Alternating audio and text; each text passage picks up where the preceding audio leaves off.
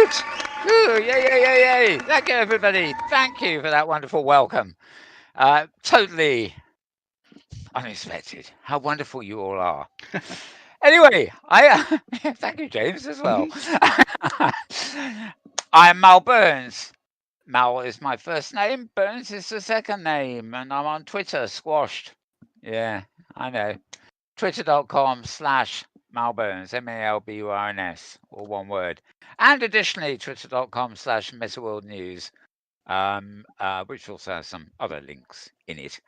And links are the name of the game because I'm going to go through headlines of the news in the metaverse and virtual worlds and stuff like that for the week ending 28th of February. And although it doesn't feel like it somehow, it's actually the last day of February already. I keep forgetting that It's just poor old amazing. February. Poor old February. It's a month without a tail, isn't it? It's got whole 3 days of its tail has been chopped off. Poor old February. Poor old February. Anyway, yes, tomorrow's March the 1st, believe it or not. Anyway, as I said, we're here to bring you the news. I'm accompanied, as ever, by James Out Loud. Hello, James. Oh, hello, Mal. How are you today? I am as good as I ever am, and Well, I won't comment. I won't comment further. all right, all right. Well, that sounds good. I'm doing Yeah. well, and I fortunately found another very fun shirt in the Sansar store. Actually, Yes. a lovely jacket, and it has, I love the animation, and I must Yeah. be a secret club goer in my sleeping state or something. But this is lovely, and let me put up the name of the store owner Yeah. who I'll does actually let this. you into the secret. I Yeah, would like to go and get. I would like to go and get that one. yeah, yeah. It's quite nice. It goes with my black costumes and stuff. And in case you haven't noticed, by the way, I have had a change. I do notice a change. So let me My just hair is no longer the hair is no longer sticking out the back of my hat, but also I've got myself a sort of bit of a flashier jacket. yeah, yeah. Well, I'll So the take waist down is not so much fun, but there again, I don't stand yeah. up here. So this jacket came from Unicorn Store, and I have that up on screen right now Right. on the lower third. Now let me take a look at your U jacket here. Oh unicorn, yeah, right. Oh, I see. lovely. So it's an E in front of unicorn. Yeah, Right, very good. right. Oh, Uh, nice. That looks like a leather jacket with scrolling inside. yeah. Well, I bought today, in fact, a leather jacket. Like an open leather jacket, a bit like ones I've worn in other platforms. And Mm-hmm. I couldn't find any decent trousers or anything to go underneath the jacket that looked what I wanted. So this coat actually is. It's a sort of slightly more coat length than a average jacket. Mm-hmm. And I've got this sort of rather disheveled pants I bought underneath, which I Well, we um don't look at pants on our program. yeah, exactly. They didn't well also they didn't look so bad with the total costume, but I've got to go and shop and get myself a smart pair of fairly flashy pants. Yeah, yeah. But I got some nice boots on too, so you can't see them, but I'll wait. Oh yeah, and I have some enhanced facial hair. I was going to say Uh, your face has changed. yeah, well, I think that part of that is a mistake because I didn't realize that in Sansor, when you choose a face, right, Mm-hmm. and you go to edit it, yeah, if you click on a part of the actual face or the skin, you can distort it. And I almost ended up giving myself a Pinocchio nose. I had Oh, to think sure, it sure. again. Um, and I wasn't expecting that. For some reason, I thought it was a matter of just strapping on the skin and a bit like you do in Second Life or Open Sim. Mm-hmm. I didn't realize I could actually, do a plasticine job on the mesh or whatever it is. So yes, I think I did something effective there. But who cares? I'm hidden behind these glasses Right, anyway. right, right. I still look a bit like what I normally do. I'm not enough different to be All right, that different. But all right. yes, you're right. I mean, the glasses and the hat maintain the profile, Yep. as it were. And that's it. Oh, lordy, lordy, I'm now playing with my camera here, and I don't know where I've gone. Or It's we'll silly say me, that silly me. We have a guest host on on the program this week. Oh, well, yeah, I'm a. Never mind, never mind. Someone's filling in for Mal Indeed. today. Yeah, I don't know. Well, I'll just look at the screen here. There is a guest host here, but he or she is not Oh, really right. not very vocal. Right. She's just looking at what's going on and disappearing when she's no. I did keep calling her a she, but I have no proof one way or the other yet. Anyway, oh, right. Okay, let's load this one. Okay, so yeah, I meant to say, James is also pressing knobs and doing stuff with our cameras behind the scenes. So it's projecting my desktop as well as my avatar and everything else to combine it all to make a graphically satisfying show. We hope. We hope. We hope indeed. Anyway, so before we get down to the actual news, I've got my sort of little photo clippings open and just a little bit of my own commentary on the week. I did thoroughly enjoy listening to Spotify. I have a pro account there. Obama and Springsteen, 2 episodes of their little chat show. The first one was sort of what they shared in common. The second one was sort of looking at the history of their life and times. And I didn't realize Springsteen was noticeably older than Obama, which I always thought of them as a similar generation. But yeah, I guess Springsteen arrived on the commercial music scene quite late in life, really. Yeah, but they're good. They're good to chat. Obama is clearly at home. He'd make a perfect host, show host. Um, um, he's obviously knows how to speak, or he wouldn't have been where he'd been.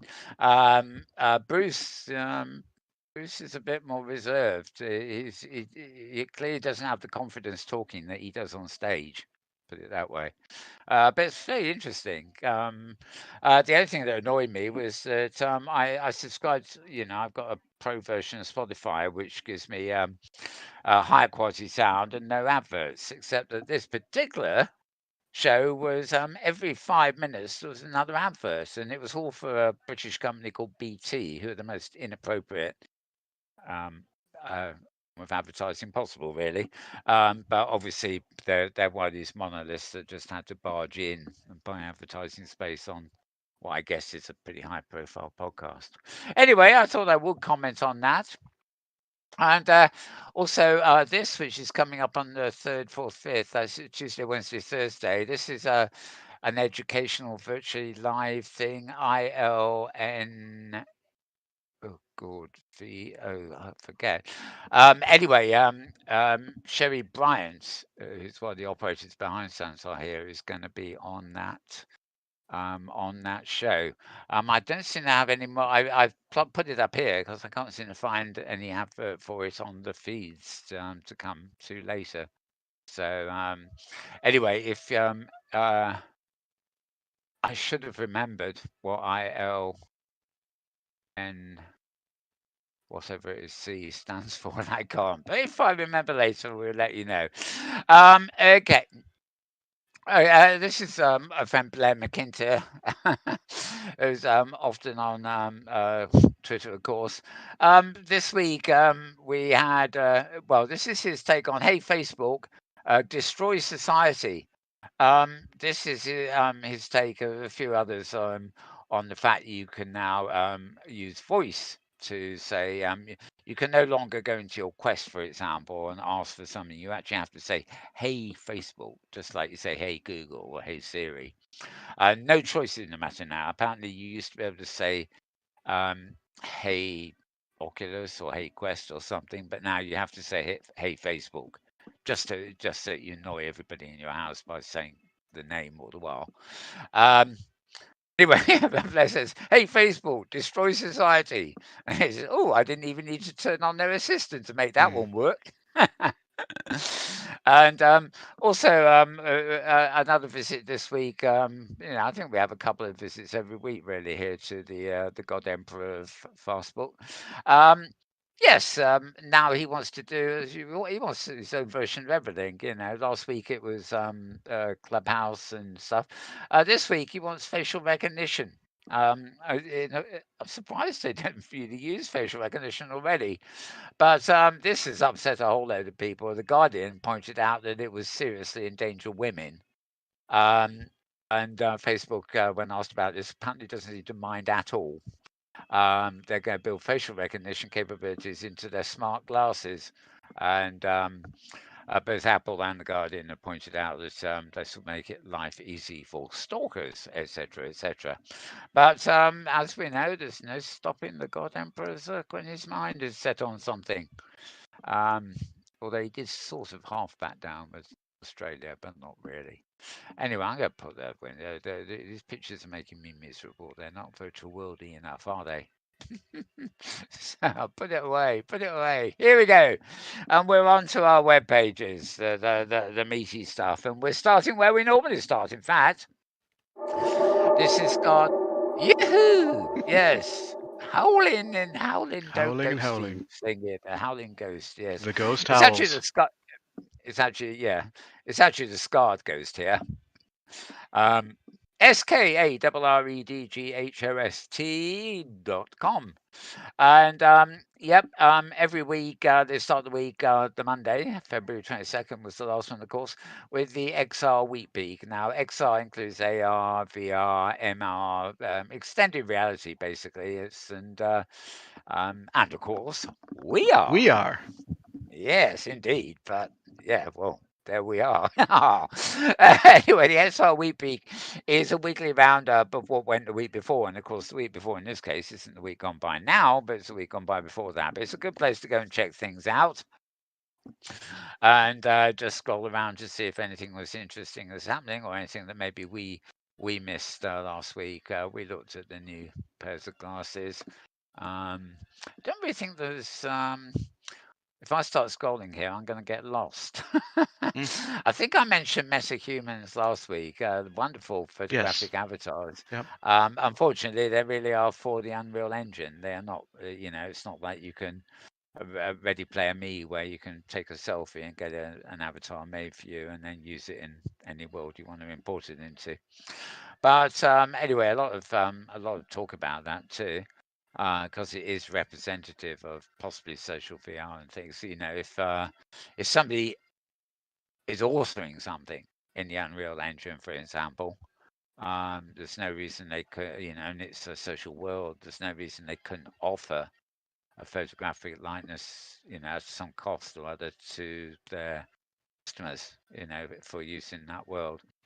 The Martian Landing, gosh, yes, of course, a week ago. Hmm. This is a week that's gone very quickly for some reason. So, anyway, I'm not going to hang around there, but this is always a good place to go. SKARREDGHOST.com. There'll be a few other links to it during the show, but that's their Monday roundup of all things important, really. Hi. And following that early in the week, ready for bionic virtual reality meetings. Well, apparently Apple thinks so. Um, now, I get very wary when I see these things that mention Apple because they're almost always reporting on rumors rather than fact. But here they're saying big tech had a pretty big week at the US Patent and Trademark Office. Now, that's not Apple. It can be, but I mean, if Apple files something there and it gets publicized, then you can be pretty sure it's not rumor because they've obviously filed it for a reason. Um, They've filed two different patents suggesting VR with body sensing electrode like EEGs, and another wants to use smart home technology to merge fictional world of books and movies with the actual environments in your living room. So, as the commentator here says, the future is going to be rather weird. Who is Mike Murphy? This site we're on is protocol.com. So protocol.com. And the article's been written by Mike Murphy, whoever he be. He's looking at Apple first, and then he moves on to Alphabet, which of course most of us is we still think of Alphabet as Google, though Google's only part of Alphabet these days. And then there's Amazon, of course, and then guess who's at the bottom there? Well, not actually. It's not a ranking, but somebody else is lower down. Yeah, the God Emperor's found his way onto there, as he will these days find his way into everything, really. Um, uh, this is, it seems Apple isn't the only company adding sensors to your body in the name of more realistic VR. Facebook has received a patent too for a head-mounted display system featuring electronics monitoring by potential signals. This could be tracking muscle movements in your face or an electrooculogram tracking eye movements. These could be used to mimic facial expressions, and of course, we just heard about them recording them, and too, on a virtual avatar, or just to see where you look in the virtual world. I love this last line. Hopefully, it will produce something a lot better than the terrifying cartoons Facebook's last VR world used. Which, yes, they weren't particularly interesting. Anyway, look at all that stuff. Bionic virtual reality meetings, curious phrase to be using, but anyway, protocol. I have that article, and it's not a site we go to very often, so always nice to have a little change there. Moving on. Past the alerts and stuff. Here we are, virtualityreporter.com. Now, this is 3 words squashed into one, virtualityreporter.com. And I'm not going to spell it because it's too long. If you want the direct link to any of these articles, do go to twitter.com/malbones, and you can find them by the title, and it will take you direct to the page as opposed to some of the links that go to the front page of the site. This is about a company called Toby, plus Valve and the new OpenBCI. BCI is brain control interface, for those of you who don't yet know, engaging in research collaboration to make VR gaming more immersive. And well, there's one example of what controlling your brain might look like. I noticed that they've carefully left out the brain itself out of the picture. Somehow it might be more horrifying if the brain was in that contraption. Anyway, talking about eye tracking and everything else, slightly somewhat related to that last post, but this is really just a short PR about that particular effort. They're engaging in mutual research, as it were. Okay, now a regular site here. I think it might be the only one this week. Is voicesofvr.com. Kent By's wonderful site, voicesofvr.com. And 981 already. Yeah, world building with the Guild of Future Architects Futurist Writers Room, traveling the intercitium with Octavia Butler. If that isn't a handful of a headline. It doesn't actually read very well, sadly. Anyway, let me see.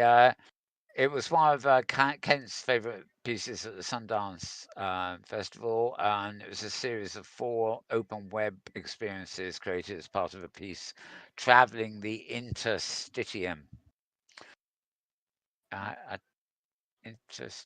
don't quite know what interstitium is, but never mind. With Octavia Butler, who's fairly well known. Okay, various people participate in a series of world-building workshops featured around the themes and imagination of Octavia Butler's body of science fiction work. There you are. And there were going to be live performances, but with COVID in place, they decided to use the open web technologies, do it all. Anyway, a little bit more about it there, but of course, the real trick here is to click on that and actually play it, whether you play it at Voices of VR in the embed or go to a podcast site. You can find it all over the place. But that is voicesofvr.com. Right, moving on. We're on HTC Vive. General Manager. GM stands for General Manager as opposed to CEO or whatever. His name is Graham Wheeler, and he's talking about the state of VR. So from his perspective as GM at HTC Vive. Yeah, basically, he's got quite a lot of commentary there. This is his comments in full, plus a few anecdotes added by the site itself. And we're getting the engine ready here because this site is once again Yes, VRROOM.BUZZ. Vroom.buzz. And yeah, another nice long piece from them, of course, with a bit of inside stuff in the background, embedded video there for VR fans, and a little piece about five. Actually, I think we've seen this before, but I'll just check.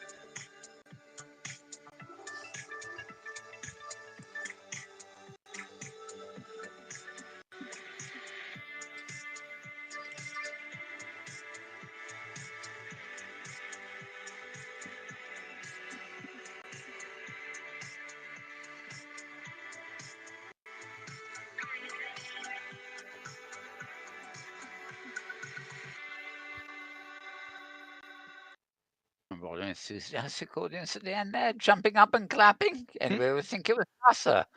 I did actually like the idea that they got a world clock in there, so you can see the time zone all the participants are in. That's something that's very often neglected online because we cross all sorts of time zones, but you've often when an event, the number of times I see a Twitter for an event, it says happening at 4 p.m.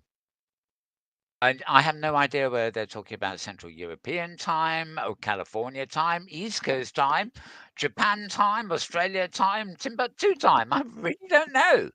And I can't believe people leave such an obvious thing out if they want to get people to come along to these events. Um, but also when you're at an event, it's very, you can always look at your own clock, I suppose, to know what the real time is. But you obviously aren't aware unless you're talking about something very specific. You're not always really aware of, the person sitting next to you. It's actually gone their bedtime, but they're just not letting on, and somebody else on your other side is just having his breakfast while it's talking. You're not always aware of that unless they actually go out of the way to tell you that, excuse me, my mouth is full, I'm eating breakfast, whatever.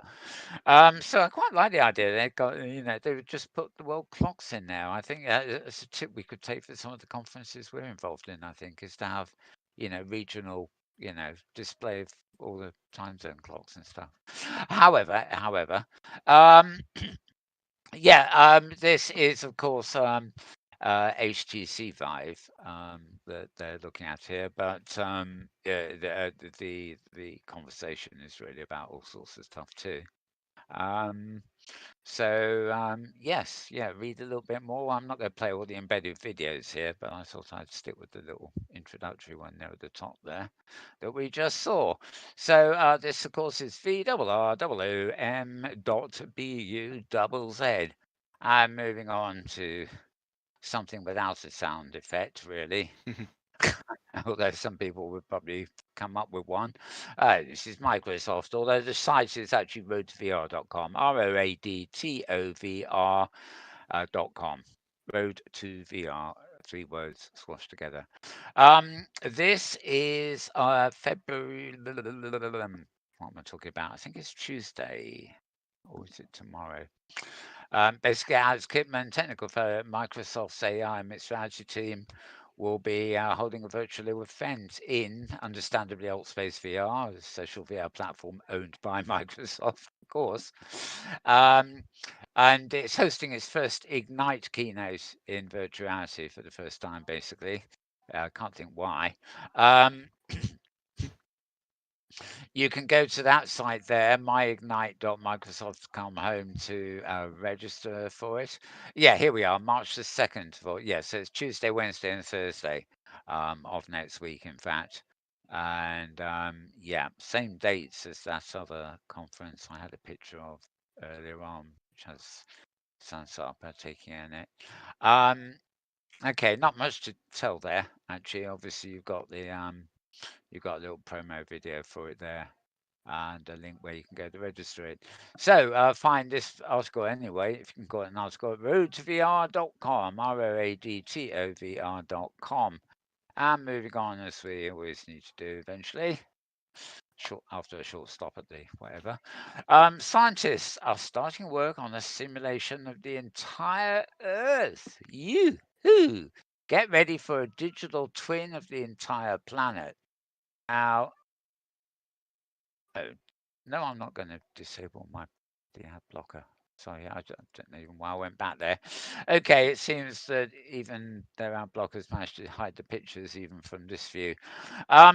No reason to get too excited because um, it's basically a load of European scientists that started work on an ambitious plan to predict the future of climate change by rebuilding a virtual version of the entire Earth that they can use to, I thought I was going to say play around on, but play out different scenarios. So the word play implies they're being serious, actually.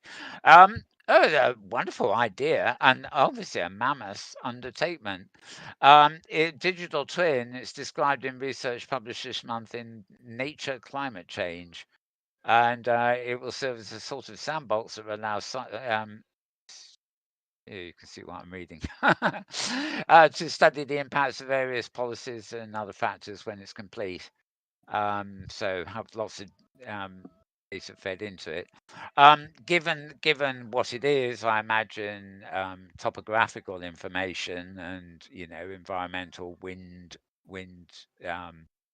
information, stuff like that, will be more important to the simulation than, say, the accuracy of your house. And there's no sign that you can go and claim your house, but it is certainly an intention to actually digitize the whole world as a simulation, and it will be known as Destination Earth. So it will be considered a travel spot. Maybe. I don't know. Anyway, you can find us at futurism.com, futurism.com. And that's where you'll find the article. And it does actually have a few pictures with it if you manage to get through to the real site. And if you can't find the actual link, just go to twitter.com, Malbones, and it will be there. Right, now, talking of another offbeat kind of thing. This is a site called housebeautiful.com. You got me. HOUSEBEAUTIFUL.com. And when I actually tweeted this, if you find it in my Twitter feed, you'll see the first part of the sentence says, "Is this April Fool's Day already?" Because I had to listen to this, and well, basically, an artist has got a non-existent in the real world collection that sold in less than 10 minutes for the amazing sum of $450,000 in an auction. Now, for that price, you would think there'd be something noteworthy. Basically, it's a Barcelona-based designer, Andre Risinger, and he sold his visual furniture. And they're all part of his thing called The Shipping, and it's a medley of pink, purple, orange, silver renderings that resemble furniture we know today, but with a futuristic twist. Now, I looked... oh, lordy, let me see if we can find... I did look at... oh, I mean, I just can't believe this rubbish sold for that amount of money. Where we are, yeah. Here we are, sold out, sold about. Is it? Okay, let's see. Yeah, that's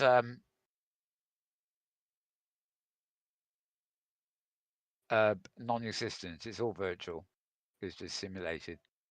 Now, I don't think I could make that without reading a tutorial first, but I don't.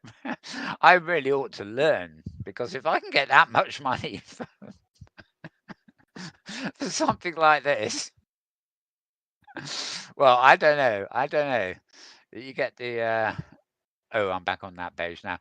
Anyway, I was looking at them. I think I actually saw a video of the whole lot of them together, and I just thought, what, what is that? It's not a. I mean, I'd rather spend that money on a proper simulation of a landscape, an exotic little fantasy island that one could wander around for, not just, uh, well, and in terms of appearance, it looks more like a, augmented reality kind of thing where somebody's stuck an inflatable something on your coffee table and you're watching through AR glasses. So I'm not really interested in that way. The site we're at here, by the way, is hang on. Oh, niftygateway.com. Yeah, very nifty indeed. NIFTYGATEWAY.com. That is the artist, if that is the right expression, his own site. And it doesn't seem to want to take me back. Okay, so as I say, the actual main article was at housebeautiful.com, which is there. Okay. Had to mention that. It's an anecdote, but of course, I know me, I'm going to talk more about the anecdotal things than the serious things. Moving on, therefore. This is a site called techstory.in. So TECHSTORY.IN. I think IN is India, but I'm not totally sure. Very simple question it asks actually is, are VR casinos the future of iGaming? They're certainly one of the futures. I mean, for a long time, because of the law in the United States, places like Second Life, they had to get rid of all the gambling on their platforms because of legislation. In places like Europe here, though, in Britain, gambling is absolutely fine. Whether you approve or not. And you've only got to watch mainstream TV to see adverts that say, come online and play virtual bingo or, rummy or whatever the card games are, poker probably. And some of them actually go live on television, mainstream television after midnight, in the hours when the regular broadcaster is down for the night, asleep. They hand over the network to people that are literally extended adverts that go on for about 8 hours through the night showing gambling going on. And sexy ladies too, or where sometimes on the same channel at the same time. Very, very, very strange things happen to television after midnight here. Right. So I would answer that as a definitive yes, but they are looking at this. Obviously, casinos have been affected by COVID, so there is a lot more happening online. But it is actually new. It's like flight simulators. It's something that VR has been used for almost since the word go, and so they're saying it's an interesting concept, etc. But I think the answer is it's actually already happened. Anyway, you'll find that at techstory.in. And earlier in the week, well, in fact, I think it was really last weekend, we may have mentioned it during the show. This is one of the award ceremonies you had to, go to, I don't know, meet up or somewhere to get to register, and I think there was an entry fee. Anyway, it's the inaugural Polly's WebXR Awards, It took place in multiple browser-accessible XR platforms last weekend to celebrate projects and producers of WebXR. WebXR is just like XR, but it's stuff that happens on the web. In other words, you don't need to download a client or have a God Emperor headset or anything like that. It's all accessible on websites. In some cases, it may be 3D enough that you can look at it in a headset, but the important thing is these are actually virtual worlds, really, or virtual locations that are actually available on the web. We obviously know things like Mozilla Hubs as being prime examples of this. The showcase ran into some technical difficulties, but the attended, this is AR Post, arpost.co, not com.co. They attended the event and they've endeavored to bring you all the complexities of who won what and where. And yeah, illustrations too, various categories there, which were um, there. Lifetime Achievement Reward went to 3JS creator Ricardo Cabello, but this one's a good one. And an Ombudsperson Award was given to Kent Bye of Voices of VR, who we know and love here. So very happy to see him get an award, and well deserved too. As anybody who listens to that those podcasts of him, but it's hard to believe that one human brain contains all that information. But I was listening on the web to an old friend of mine from the 70s, I guess, when we were involved in comic books together, and he's since become a kind of expert historian in the world of comics and stuff. And he's another person whose mind I just can't believe. It's not the thought processes, it's the amount of information that's in there that it could be recalled at a moment's notice. And in the case of artists from Europe and Japan, he can even pronounce them properly. I could never have lasted long enough to be like that. Right, moving on. So framework of the year. Went to extended realities. Okay, there's all those stuff. There's another major winner here that I was pleased to see. I'm not sure who it is and where they were. There's Kent Bye, of course. Oh, Mr. Doob's Lifetime Achievement Award was presented by Scott Ghost himself, Anthony Vitillo. Nice. He didn't win an award. He didn't win an award. He was the presenter of it.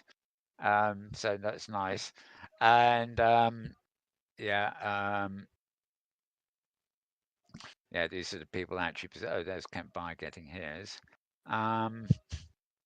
Okay, I have a feeling that something I didn't see it here, but I'm pretty sure. Oh, website of the year awarded to Mozilla Mixed Reality's Hello WebXR. So not Mozilla Hubs directly, but anyway, good people there. It actually makes you realise just how much is happening on the web itself front. I mean, a couple of years ago, we would have our conferences mostly for OpenSim and stuff like that, and there were 2, maybe 3 people, offshoots of that community that were doing stuff on the web, often using a variation of Open Simulator code.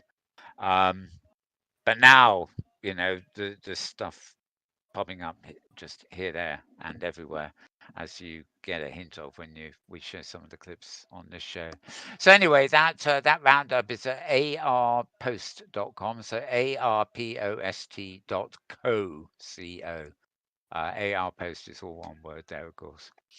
Right, now the site that we can't always get through to, but we usually can if we go into that reading mode. Here we are. This is Forbes, FORBES.com. That's an easy one to remember. Article by Kathy Hackey here, paving the way for the metaverse, an exclusive interview with the CEO of something called Genies, about the 3D avatars companies present and future. Now, we've covered Ready Player Me and a few others in the past, which basically take a selfie of you through your webcam and then they make a 3D avatar with your likeness that you can then import into Sansar here, maybe high fidelity, not high fidelity,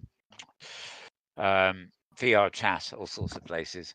And this is actually another company that seems to be doing the same thing, really. Jennies or Genies. Um, they worked with a soccer star who I've never heard of, but then I don't follow football anyway, Mesut Ozil, and created this 3D avatar of him, which I suppose if you had a photo of him and put them side by side, you would. It's a bit like artists who draw caricatures or likenesses in comics. Good artists can actually capture a real likeness of the face, and they basically do it and then map it to an avatar for you. Um, Several companies have made a splash in this space, and one of them is called Genius, as Kathy says. Um, Not only one of the world's most innovative avatar technology companies, it's also creating digital identities that can be used across many platforms. Well, as I say, that's Ready Player Me and various others are doing that.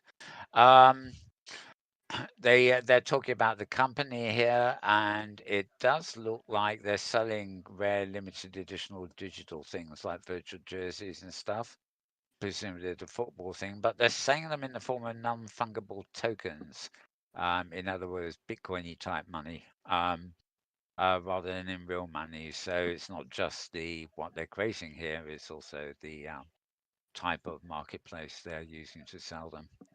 And yeah, they're all very pretty looking, but nothing really exceptional. It does certainly look like they got a thing about football. Yes, soccer players of the world unite. We can digitize you. Right. Moving on, moving on. Road2VR.com, yes, again here. And VR's 2021 outlook. 14 indicators in one place. So road2VR.com, ROADTOVR.com. And this particular one is written by a good favorite, Ben Lang. And there's not much you can say. This is selective as it would be, but basically they've chosen 14 indicators in one place, meaning this page. And they want to look at these as indicators of the future for this year at least. The God Emperor gets top billing there by the look of it, if it is a billing system.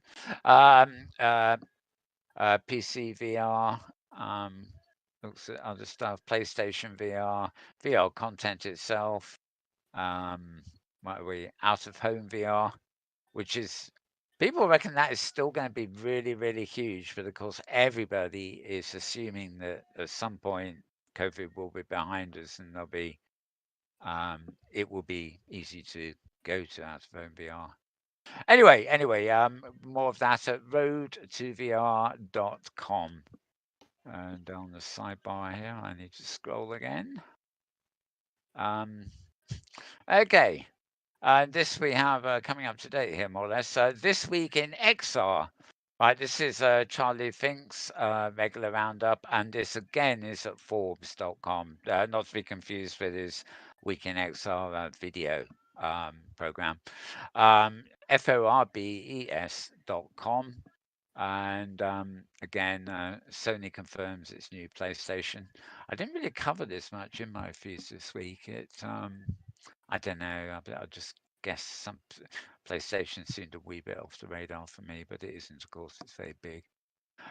Scope AR and yeah, various stuff there. Nothing, just to say recent, but nothing actually standing out there that I can see. I didn't read the actual site for this; it just came in more recently. Um, but nothing there that I don't think I haven't got covered elsewhere anyway. So that roundup is at Forbes.com. And now we go to nature.com. Nothing further from the tech, really, although be surprised at the stuff they cover. Nature.com. And this is in the section for scientific reports. You might want to follow my lead on my Twitter feed for this to get to the exact right place. As you can see, it's report number 11, article number 4667. Etc., etc. Very much a report, an abstract introduction, but it's really got everything you need here to, oh God, well, I'm not going to start reading out any of that stuff. It's far too academic and technical. But memories for third-person experiences in immersive virtual reality. A lot of people go on about memory gardens and all sorts of spatial memory things and just memory and virtuality. And this goes into it in depth, is all I can say. I'm afraid I didn't have the heart to even try to read all of this. I'm sure there are plenty of academics out there who will have a field day, including a summary of all the studies and everything else. All very interesting for those that know what they're talking about. I mean, I can follow a bit of it, but you can tell this is written by an academic because the way phrases are put in tables are referenced, etc., etc. But worth bookmarking if that's your thing. Right, moving on to the New Statesman. Now, this is a big, it's like New Society, and it's a big magazine newspaper kind of thing in the UK here. It's after The Economist, which is a magazine format kind of newspaper once a week. New Statesman and New Society are the two ones I always think of. In a way, though, they are a bit behind the times because it's a bit obvious. But how the pandemic made virtuality mainstream. This is written for a mainstream audience who might have actually sort of bypassed a lot of it. And what's actually interesting is they are looking at virtuality, the hardware here, and cycling exercises and all the stuff in headsets. They've they obviously know what VR is, which is more you can say. Some of these articles just they don't say VR, they say virtual. And in this day and age, virtual could mean almost anything. It could mean a malfunctioning website. That's virtual, isn't it? Anyway, so this is newstatesman.com, newstatesman.com. For that one. How the pandemic made virtuality a mainstream. Okay, now we're back to the engine. We're going to have to rev up again for this next one. We definitely are.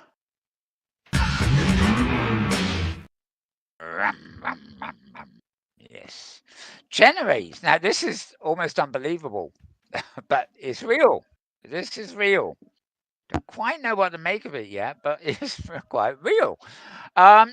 You can generate a whole 3D world just by using your voice. It's something called Anything World, and it's an asset. Um, um, it's an asset that is actually a plugin in Unity. Unity being one of the major platforms, apart from the Unreal Engine, that people use for authoring. Things like Sciencebase and some of the other big virtual worlds. And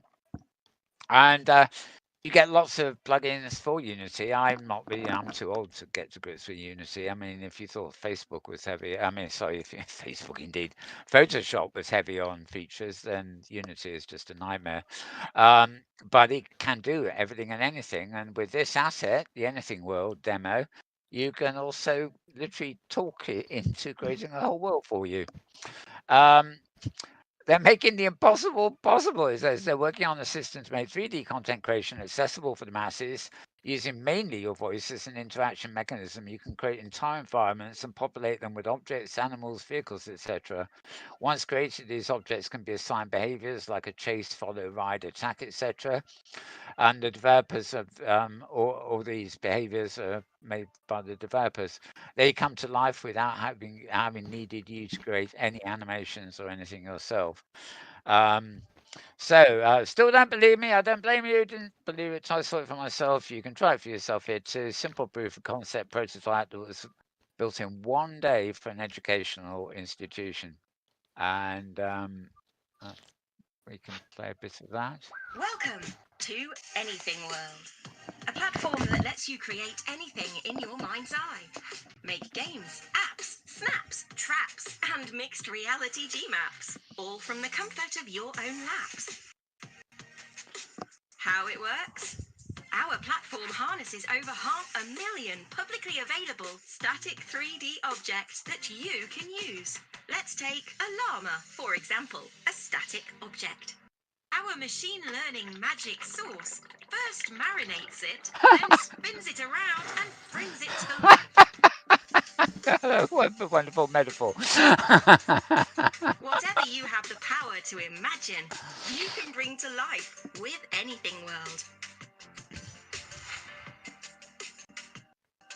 Use our intuitive no-code editor panels to request any objects with the greatest of ease.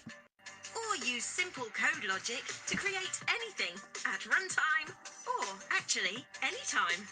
And if you need something even more oven-ready, use our one-click environment creator to do it for you. Yeah.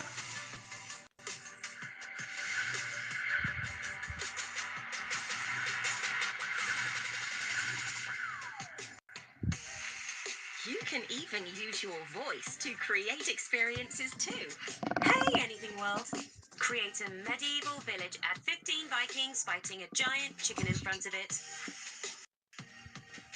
Wow, cool! Our conversational integrations are super easy to use at runtime, and especially handy when interface just gets in the way. Hey, chicken. Yeah, what's up? Destroy the village. Okay, no problem.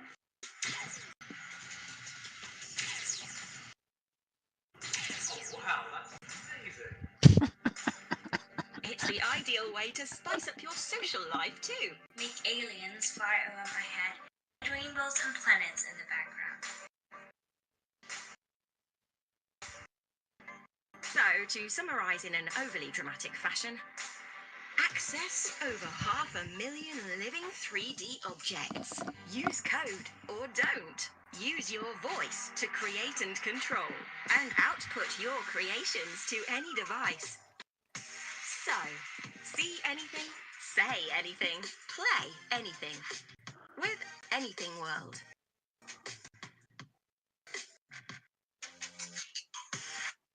Oh, there you go. That's wonderful. I mean, ideal for kids, isn't it? Okay, I like this. The CEO of Anything World, Gordon Midwater, started off as a game developer building indie games for an artist buddy of mine. He said, "We tried that for a while, then pivoted to build some voice computing plugins for Alexa. That was fine, but all a little boring. So we returned to our passion, and we thought, what if we could combine the two?" And yeah, that's what happened. I'm quite taken by that. It sounds like you can use it, straightforward, or use it as a Unity plugin itself. So, but maybe you can actually do more in Anything World. Okay, I'll just have a quick look here at this one. If I don't think it's a duplicate. Oh, it's very short. This. In the background, add some mountains. And in the middle ground, put some chalets. And in the foreground, maybe some flowers, please.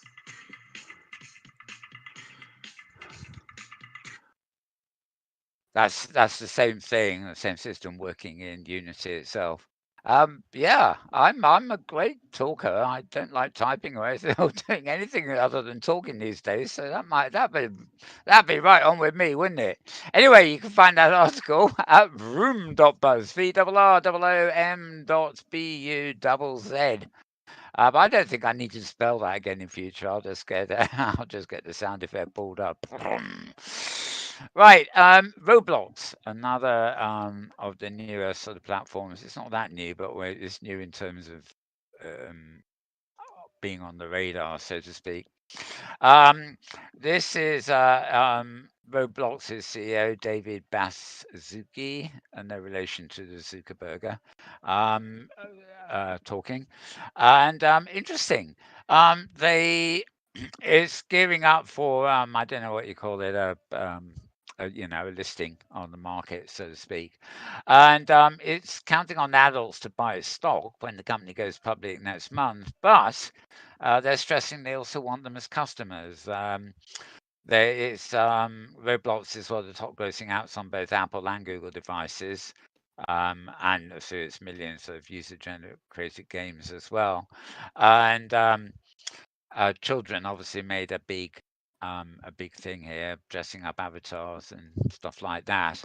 But he delivered an investor presentation on Friday, and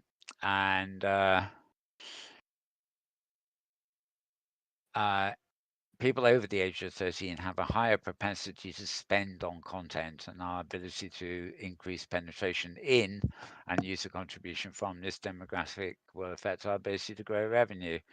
So clearly, their model, has been highly successful with younger people, and I think the content would have to be a bit different, but there's no reason they couldn't crack it with an adult audience. I mean, Second Life did that nearly 20 years ago.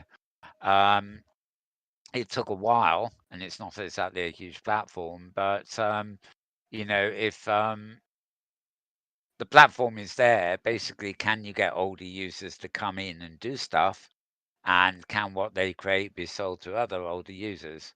And do they have is that the platform where they would want to come and do that? Have to see. Have to see. But interesting, all these discussions going down. So there are a lot of what we call the metaverse, and has virtual worlds have a common history with gaming, and it's very easy to neglect the games that have stayed games and been in the game world. Because it's for kids or maybe teens or maybe really young adults, kind of thing. And focus on the worlds that are actually social worlds for seriously older people. I don't mean really old people like me, but I mean just 30 up or something. But what is interesting now is that maybe due to COVID or not, seeing the things with the young demographic trying to break into the adult demographic. I don't know about the other way around, but I mean, the kids demographic, I suppose, has always been a goer if you can connect into it. I think I remember years ago, though, back in Second Life and things, people were always talking about the God Emperor's Fastbook platform. One of the, I forgot the name of the game company, but they had a thing called Farmville in that place, and that was very, very popular for a while. I was getting sort of serious sort of Second Life users sort of who were suddenly getting addicted to this Farmville, whatever it's called. And time saw the end of it. It just sort of disappeared or whatever. But I was reading somewhere in the last couple of weeks, I forget where, that it's on its way back. It's being reinvented for a new generation, presumably as a FB game. But we'll see anyway. Anyway, that is. Oh yes, this article, by the way. Got to tell you where this is. This is actually at cnbc.com. cnbc.com.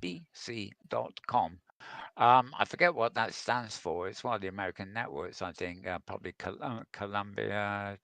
I don't know. But cnbc.com. It could be Canadian also. It could be Canadian National, Yeah. NBC Canada, Canadian National Broadcasting Company, would something like that. Yeah, indeed, yes. Well, actually, if you're in America and I'm not sure, then it probably is Canadian.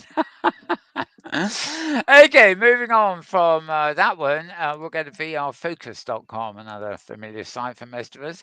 vrfocus.com. And this was I think this is today, actually. A company called MakeReal and another one called Immerse partner for all-in-one training solution for the enterprise. Now, both MakeReal and Immerse are British companies. So I presume this is, it's a partnership by two British companies. So where that really matters in the modern world, I don't know. They already announced a partnership with construction company Kelbray this week. They've revealed another team up with Immerse to provide all-in-one virtual reality training platform for enterprise customers. So there's not really a consumer thing, but if you're following, VR in the enterprise, this should be quite interesting. Make Real are fairly new. Immerse have been around for quite some considerable time.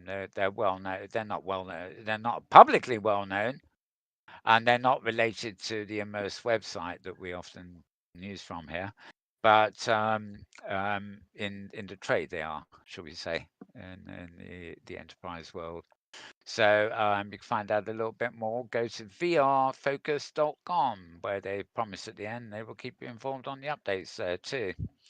Right, now I'm now moving into links that you'll find at twitter.com/metaworldnews. And the first one here is simply an embedded video, which this is posted. She does a lot from Second Life too. Isabel Sharon. She's very funny when she talks as well. But she does these destination videos and she does these podcasts, which have me in hysterics sometimes. Her name is Isabel Cheren, ISABELLE space CHEREN. And that's her account here at YouTube for you to subscribe. And this one is a destination video, and it's actually in the desert here in Sansar.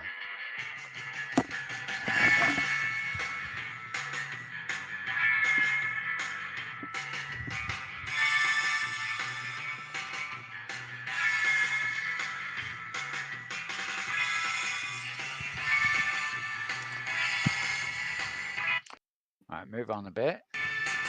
Oh.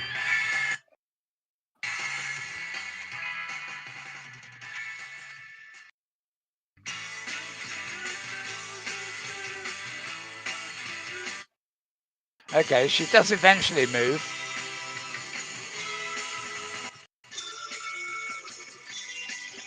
Okay, well, I guess you can figure that out or play it from my feed if you need it. She very often, once the music is settled in for a bit, she often starts talking over these things, and that's where it really excel because she really has a way. Yeah, she has a unique style of presenting things, but it seems like that's just a bit of a musical dancing exercise, but very pretty anyway. And you may think you've seen bills like that before here, there, and everywhere, but this one's in Soundstar as opposed to Second Life, where she normally does stuff. So nice to see that. Okay, now this was in the news a few weeks ago, but it's in the news again for a different reason. This is hypergridbusiness.com, hypergridbusiness.com. And this is a post about the return of, I used to be a resident there, Metaworld used to be based there, the great Canadian grid, returning with low prices and new servers. But the big difference, this was in the news, I suppose, a couple of months ago. So I looked at this in the headline and thought, well, what's news? This type of good business 2 months out of date again. But it's not. There is one big difference, and that is not only have they reopened, but their website's now up and open. They've got new reduced land prices, and Roddy Mackey is also a grid owner, a founder, but he has a new partner. The grid's now hosted at OVH data center in Canada, which I think is where they actually started up before they thought it was too expensive. Right.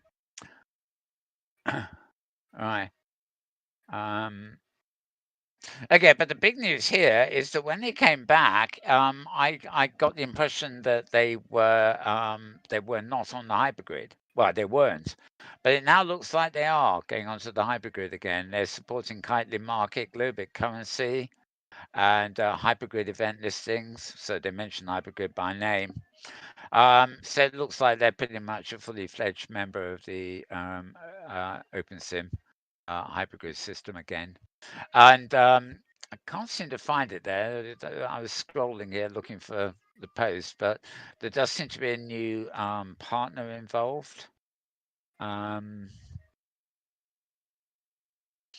They don't mention it. Yeah, Roddy just says it's his greatest pleasure and is knowing that we are back with a great developer who's not in it for the money, looks after us and me without competition or conflict of interest, which is a sort of way of talking about somebody else in the previous version.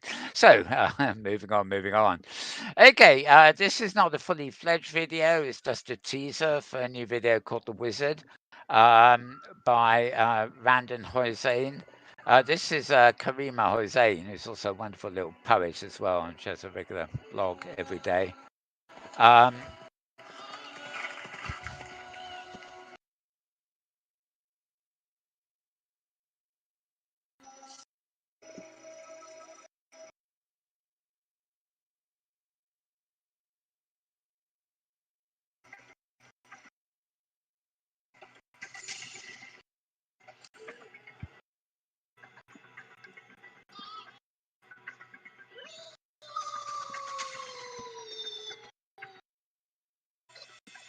It's not Halloween yet either, but never mind. Well, I'll just send that to the Skull Ghost instead.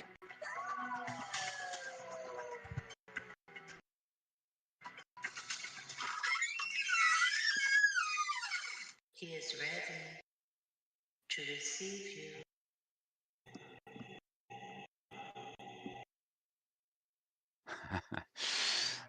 Oops. Right, there you go. So that's it's a preview of something called The Wizard. It's actually a teaser for here issues. Karima Hoisan, that's her YouTube account. That's actually a new world on. It's actually on Kitely, which is well, it is connected to the hypergrid, of course. She actually has lots of different worlds on Kitely. But she loves voiceover and poetry and stuff like that.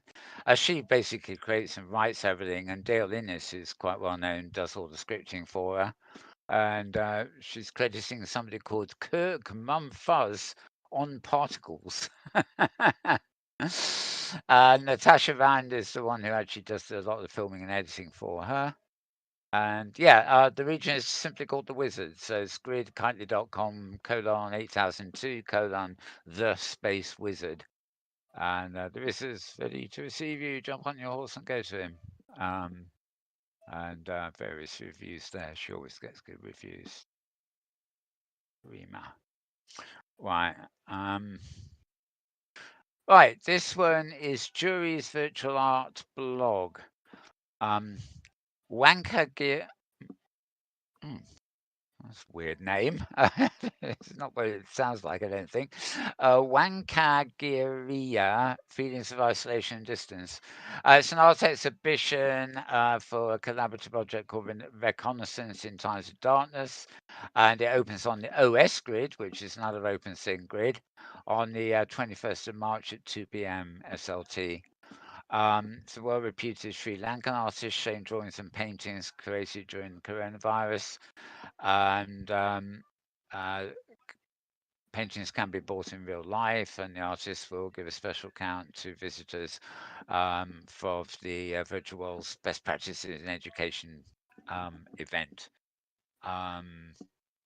So let's see, 21st of March. This was actually about the same. This is the date is roughly the same as Virtual World's Best Practices in Education. So I suspect this may be, even though it's not in Second Life, I suspect this may be some kind of collaboration with that conference.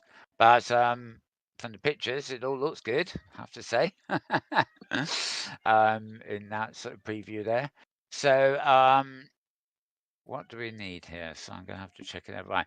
Jury, okay. JURIPELONEN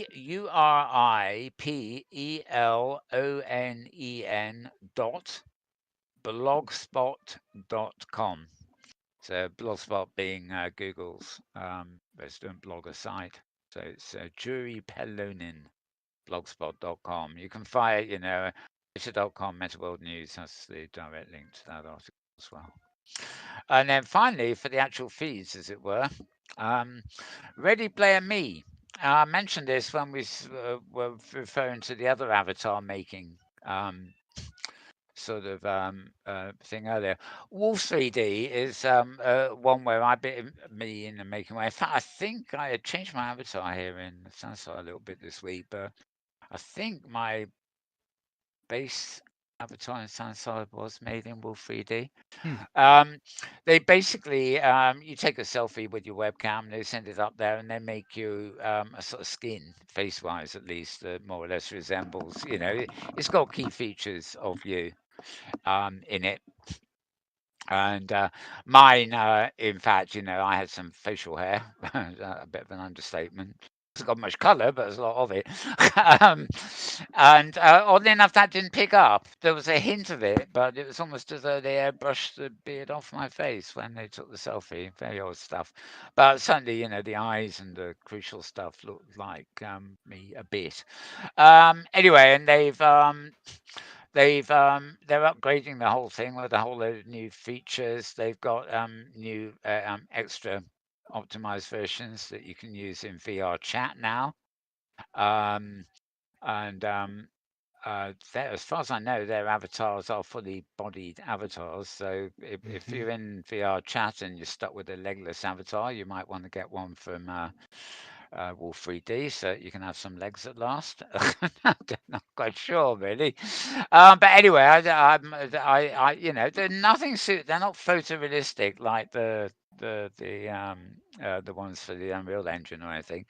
They've still got that sort of cartoony look, but by the time you strap some hair on them and the clothing and everything else, you can make them look pretty real with a similarity to your real self, basically. And they're going to be offering better options for gender-neutral avatars. So presumably you can airbrush out your genitalia or something. And they're also going to add more religious assets. I'm not too happy about that, but nevertheless, they're going to have a hijab option and more facial customization options, including hairstyles and assets for all ethnicities. They've had a lot of criticism for, they've got a lot of black avatars and white avatars, but they didn't have some of the subtleties for other ethnic looks, so to speak. And they've been working on that, so you've now got the whole rainbow of skin colors, shall we say. Okay, so again, you'll find this article at, wait for the engine,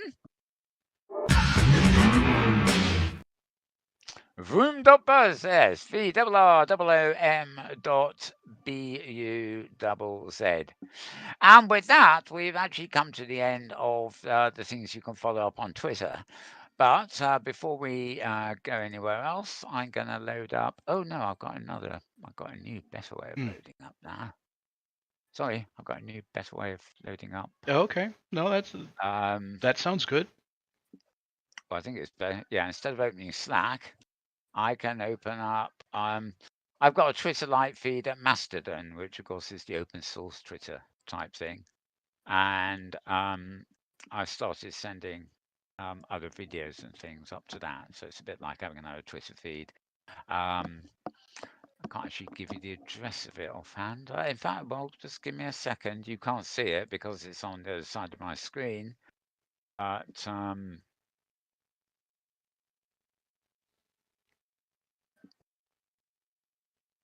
No. This will have to wait for another week, but basically I should be able to give you a link to my feed at Mastodon, which has the other videos in it. So you as a member of the public will be able to get to that too, in the same way you get to Twitter. I'm going to pull it over. No, that won't help, will it? Right. Okay, I'm going to start working backwards, actually. 21 hours ago, we had this rather interesting video, I suppose, called The Metaverse, the successor. Offer unprecedented interoperability. So let's get that right. The Metaverse, successor of the internet from Second Life to Horizon, how will it affect our lives? That's quite a profound sort of thing. This is a YouTuber called Pan Daddy Power. Oh God, PANDADDYPOWA, and the pan and the daddy and power are all capitals. The rest is lowercase. Take it or leave it. There it is, and you can subscribe there. Of data.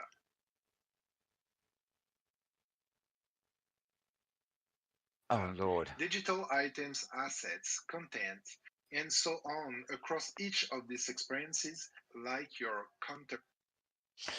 Okay. has got a problem. I haven't got an I ad was killer reading here. an Never article mind. somewhere about the Unreal Engine version 5 and its wonderful graphic capabilities. Oh, yeah. Okay, this is 20 minutes long, Wow. just over, in fact, so we're not going to watch it all. Amazing. So, guys, if you're ready, willing to learn more about the next version of our very old internet, it's time to talk about the metaverse.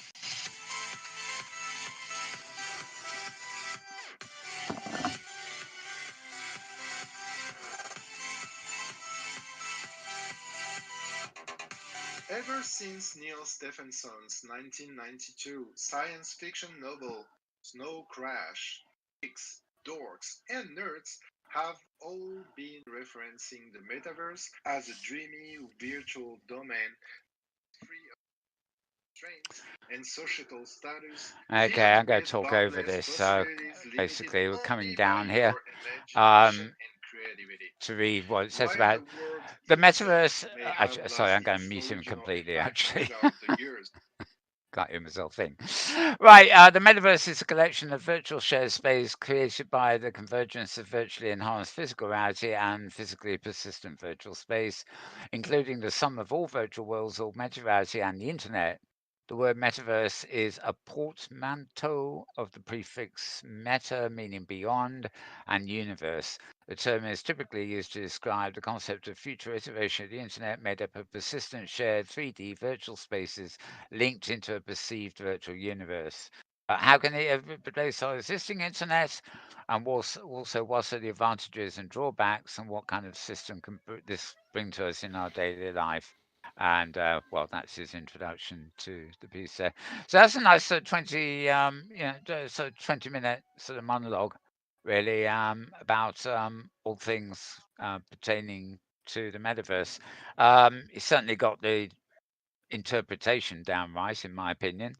So it's something that hasn't been said before, but it's nice little video to watch, or maybe send to somebody who knows nothing about the idea, so to speak.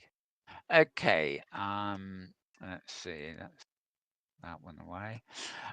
Moving on, this week in XR. Now, this isn't to be confused with the week in XR at Forbes, but it is also um, um, Charlie Fisk again. Here we are. This one is for the 26th of February, although it never comes out to, as you can see, it was 27th by the time it arrived. And guest hosts. If I remember rightly, they don't actually have a guest host this week. Morning, everybody. It's February 26th.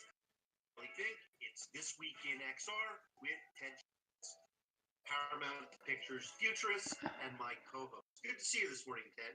Morning, Charlie. Just the two of us this morning, which is a nice change of pace. Yeah, exactly. It's just the two of them. Change of pace. Anyway, change of pace or not, they go on for 7 minutes, looking at all the latest sort of stuff. A bit of overlap with the column at Forbes, of course, being Charlie Fink, but very distinct sort of, podcast, video podcast in its own right there, really. Right, move that one out of the way. Okay. Season 3, episode 9. Something about this. Oh, right. Of course. This is Between Realities, which we see every week here. The YouTube account is Between Realities, and they just do their thing here. Saw you stream earlier. Oh yeah, they have a guest here. It's show today, and we are. So their guest is James Jensen, who is the CEO of Jump VR. So they go over. This is an hour and a half, so it's a long kind of slog. They go over a lot of basic stuff, and then they have a discussion with the CEO of Jump VR. Right. So Between Realities, that's their handle at YouTube, and followed up by, again, all these are YouTube as a rule. This is interaction in the metaverse. Really extremely hireable skill set. And then I want to explore some of the challenges that I've experienced developing for this cutting edge technology. Okay. This is about working creative art in the metaverse, basically. Antonia Forrester is the guest there with that presentation, though before and after her, the host of the show itself. The account this popped up on is Future Artists. That's future as in tomorrow and beyond, and then space artists. And they've got a Facebook group there too, which you might, I suppose, on very vague possibility, you might want to check that one out. Yeah, so the opportunities that presents us as well. And then I'll hand over to Luca Mephisto, who'll walk you through some of the design principles and low resolution thermal cameras, and they visually read. Using your hands in AR is essential for one main reason. Headsets like the HoloLens are used in industry where the user has to see a real object and has to see some virtual information on top. Focus. They combine movement, light, spatial. Okay, you can get the idea. It's she's very eloquent, so she's got what she's talking about. Obviously, I don't have 1 hour to play that to you. One of these days, I'll just start a program where I play all my YouTube video choices. There used to be YouTube used to have, it didn't last very long, a kind of sharing thing where you kept things in your favorites, and you could go online and start playing them, and you could invite friends of yours to come and watch them with you. And it was really very good. They dropped it for some reason. I don't know what mysteries of what Google does and doesn't do. But I always thought that was very good because it was like doing your own TV program with no work except choosing videos to play. Yeah, you can still do it, but it's a long way around. You're going to have to put them on, beam them out on a server into a screen in the virtual world and have people watch stuff with you there. And be careful about copyright. Whereas when it was going through YouTube, that was always that was no problem because the stuff that YouTube had already cleared, if you see what I mean. Anyway, yeah, as I said, Future Artists is the YouTube handle you want for this one. Now moving down 4 days ago, what we got? Right.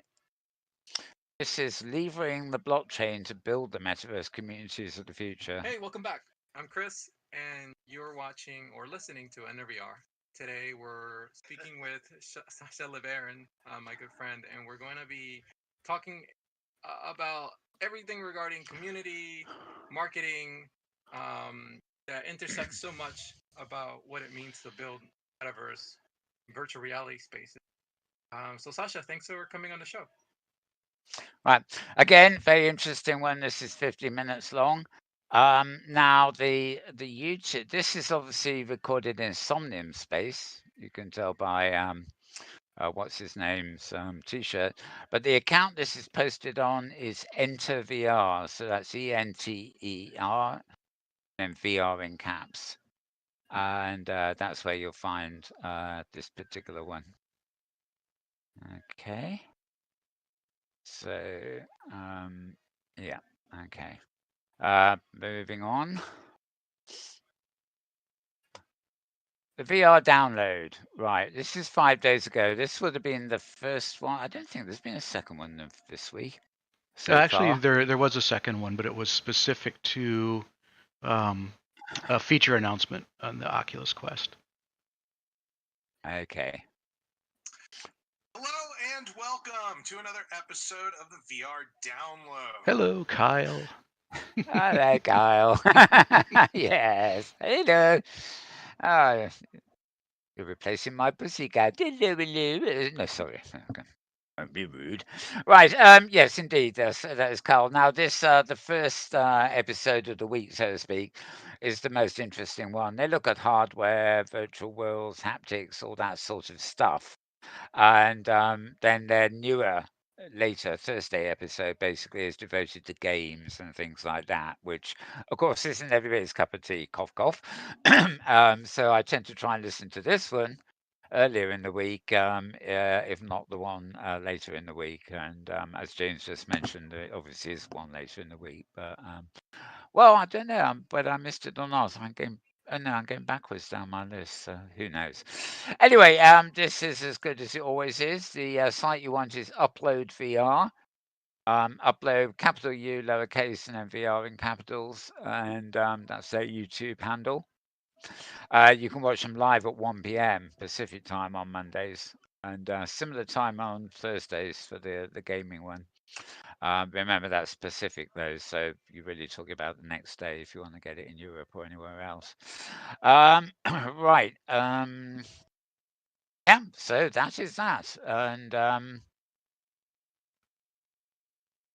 trying to remember I think they've altered the screen arrangement of this site a bit. So they've got two of them hosting. You've got one of them on there and one on the other side.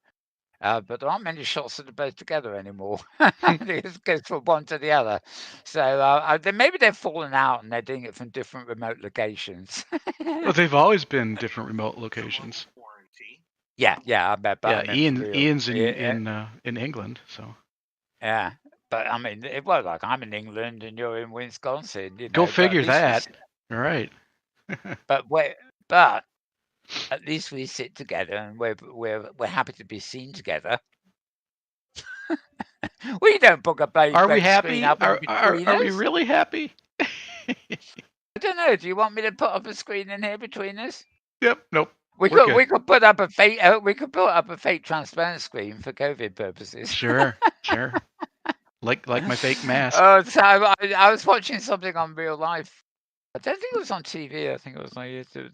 They had a screen that you couldn't really see on camera between them, two people sitting side by side on a desk, and it has to happen. You know, one of them forgot it was there and banged their head profusely on the thing, leaning forward, and then their hand went up, and you thought, "What the hell just happened?" Then you realised, of course, that the invisible screen was there. Okay. Anyway, well, moving on from that one. Ooh, that's naughty. Right, go away, pop up. That's private pop-up. Right, where am I here?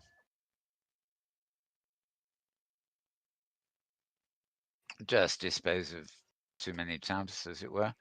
Right, Until You Fall, Restless Mode Challenge, Day 1 on YouTube.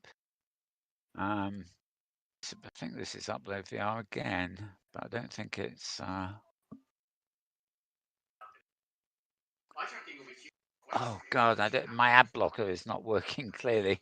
Right,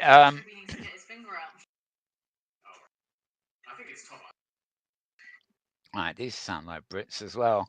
What is this? Until You Fall, Relentless Mode Challenge Day 1.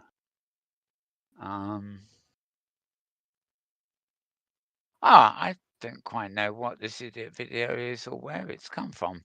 It's clearly an example of somebody using headset and whatever and just seeing what's happening inside it. And it's been posted by Upload VR.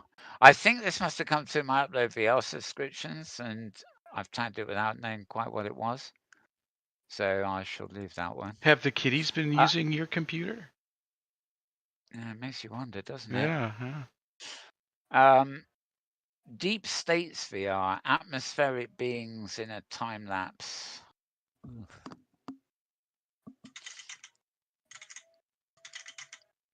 Alt VR. Hi everyone, welcome to Alt VR. This is different from Altspace VR, which is a platform. This is some chat with his own podcast called Alt VR, and he's looking at atmospherical beings in a time lapse on a platform called Deep States VR. Both experiences are made by Mark Zimmerman, and they've done it with a kind of time lapse. It's a non-gaming VR YouTube channel. So what this means is that we're not showing you games like Beat Saber or Half-Life, Alex. Instead, we're going to show you VR experiments and experiences. So by donating to support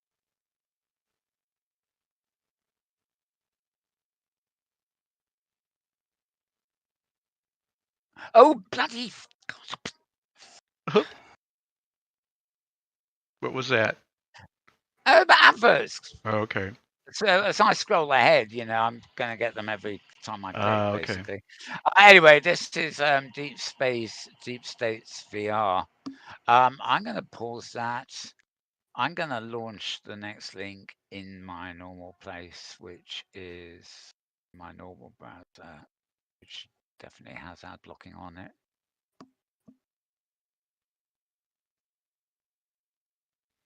You're gonna make me install the bleeping sound.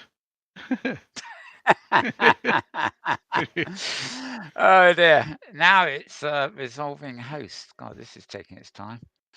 It's probably YouTube now doesn't like being open in all these different places. There we go. Oh. Now what? Oh, sorry. Okay, well, this is an actual real website. Define the next normal for immersive concert experiences. Okay, how this ended up in the video feed, I don't know. Background information, basically. This, again, is vrfocus.com if you're interested in that article. It's back in February the 5th, so what it's doing here, I don't quite know. I will put that. No, I won't put it away. I will. That's Metaworld news from last week. Oh, actually, I've loaded my other method. And I don't need it because I was at the last one there. So okay. I must put an ad blocker into Safari, which is the engine I'm using when I'm broadcasting, because I don't want this to happen again. It's bad enough listening to BT adverts every 2 seconds during Obama and Springsteen without having this as well. Right. Okay. So I can more or less put everything away. Okay. Let me minimize that and just come here and clear all the items from my list. Yep. And I can now put Safari away for another week. I don't use it for anything else. Except for that. And there we are. We shall leave you with my little pussycat on my desktop. Hello. Wasn't that a good show? Are you going to put your paws together and make a noise for me?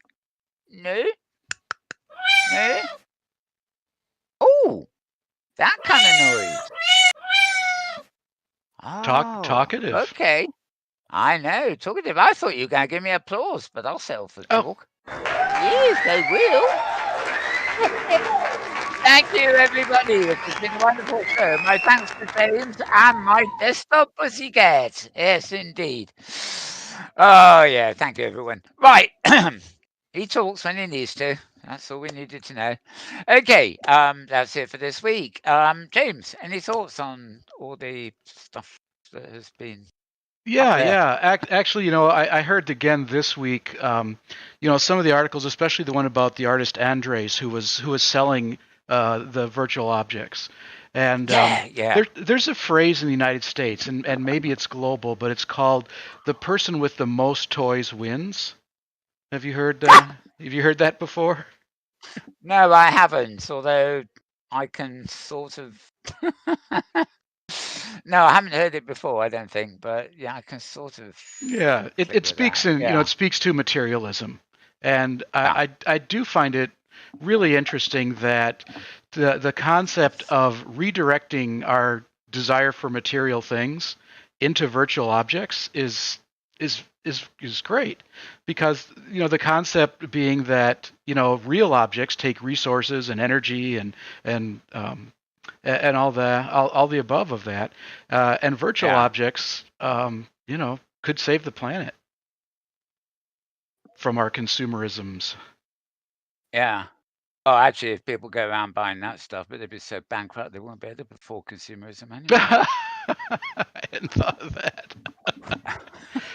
It was the prices that threw me out then, and also the nonsensical bit of it, because these weren't objects that belonged in any virtual world, and they didn't exist in the real world. And I couldn't for the life of me figure out how, other than maybe through an AR viewer of some sort, how the person that bought them for those ridiculous prices was able going to be able to view them and enjoy them.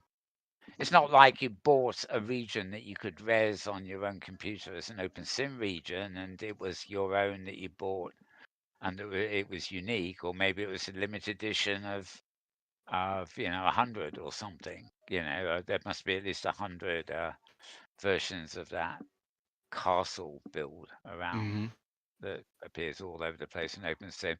So it can be a one-off or a limited edition, or maybe something very commonplace that is just art and you like it. But you can wander around in it and appreciate it. You can, if it's a hologram or a painting or a photograph, you can hang it on a wall, as a one-off and enjoy it.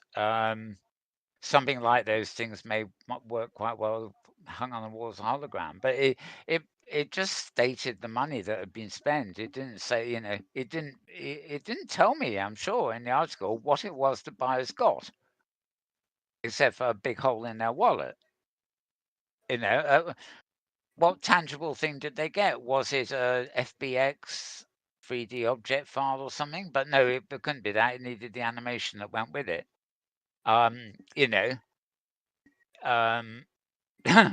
Maybe it cost a few £1,000 to invent a file format that was maybe it was made into some kind of X file that it was standalone and you could just launch it at will without requiring another platform to put it in. It was just very vague, but also it was just so pointless.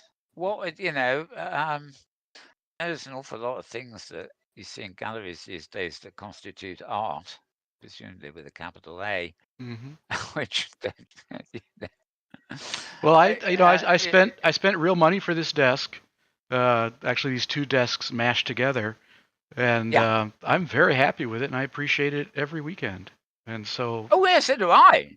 Because we're actually sitting in front of it and using it. And we paid an artist. We paid a creative person.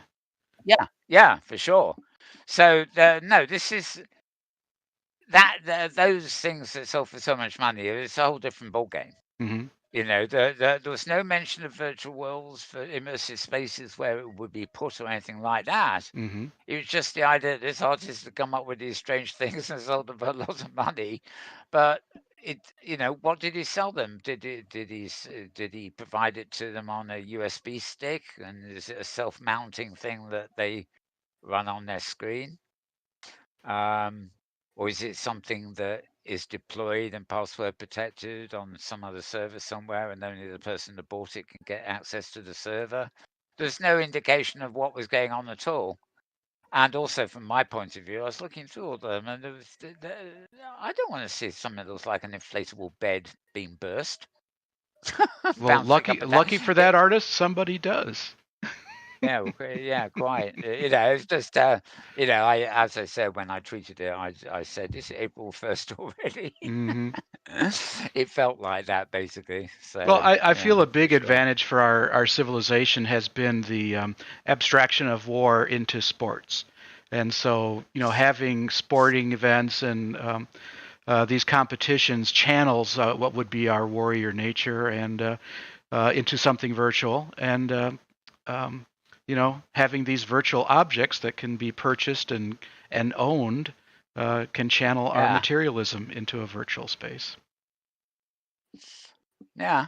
Yep, I think it's great. In general, I'd agree with that. So my problem, I think, was with this particular instance, the price and the nature of the product. It wasn't the fact it was a virtual good. Right, it was the fact that it was a load of crap. Would somebody record that? Would you pay for a Banksy?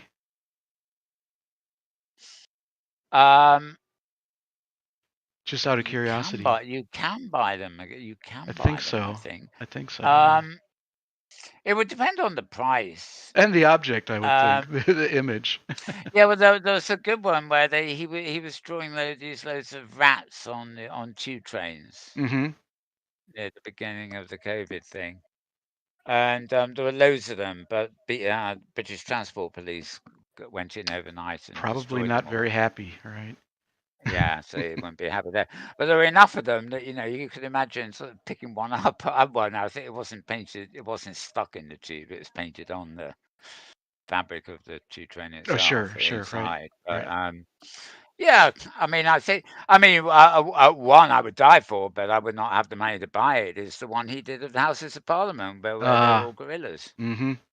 I mean, Indeed. that really is my cup of tea. I've got a load. They're paint damage, so they're rolled up away somewhere now behind a settee or something. Oh wow, okay. But I had a load of that series of dogs playing cards. Did you ever see those? Yeah. They were very popular for a long while. I love Right, those. right. They were just very human-looking animals, around a table playing cards or doing other things. And and that apes in the House of Commons just reminded me of that. But also Banksy, of course, is known for some, obviously hastily done work. Mm-hmm.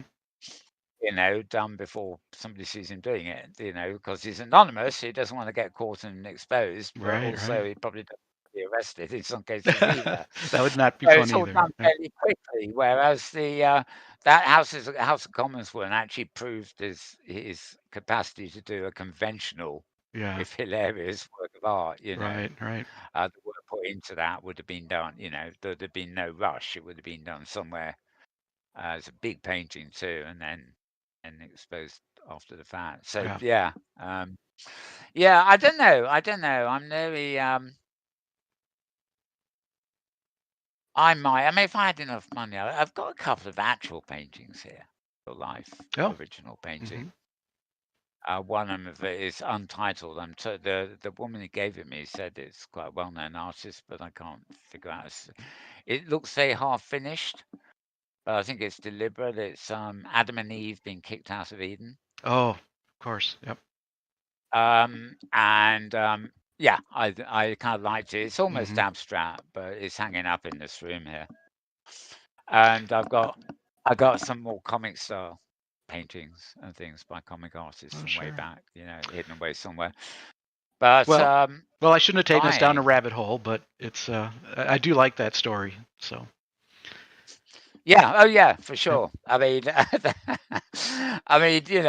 well, I wouldn't have featured it if it didn't have some sort of merit, but it also had the comment right, from me. Yep. Yeah. All right. Okay, we're still on air, aren't we? Too. We are. It's funny when we get to these discussions at the end. It's easy to forget that we're actually still broadcasting to out there to the wild, whatever, and whatever we're saying. So yeah, I reckon that's it for this week. It's goodbye from him, and it's goodbye from him. It's goodbye from the two of us. We will return same time, same place next week.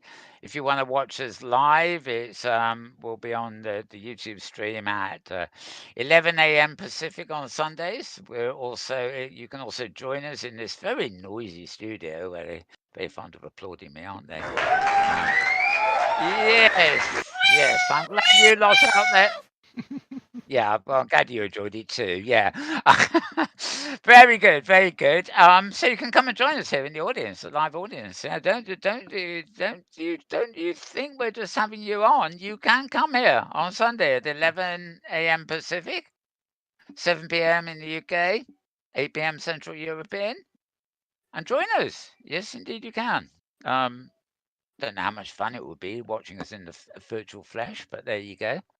And yeah, otherwise, as I said, same time, same place next week. With that, we will wish you all a very good week. Make it the best you possibly can. Stay at home, stay safe, and yeah, stay safe. That's it. Bye for now.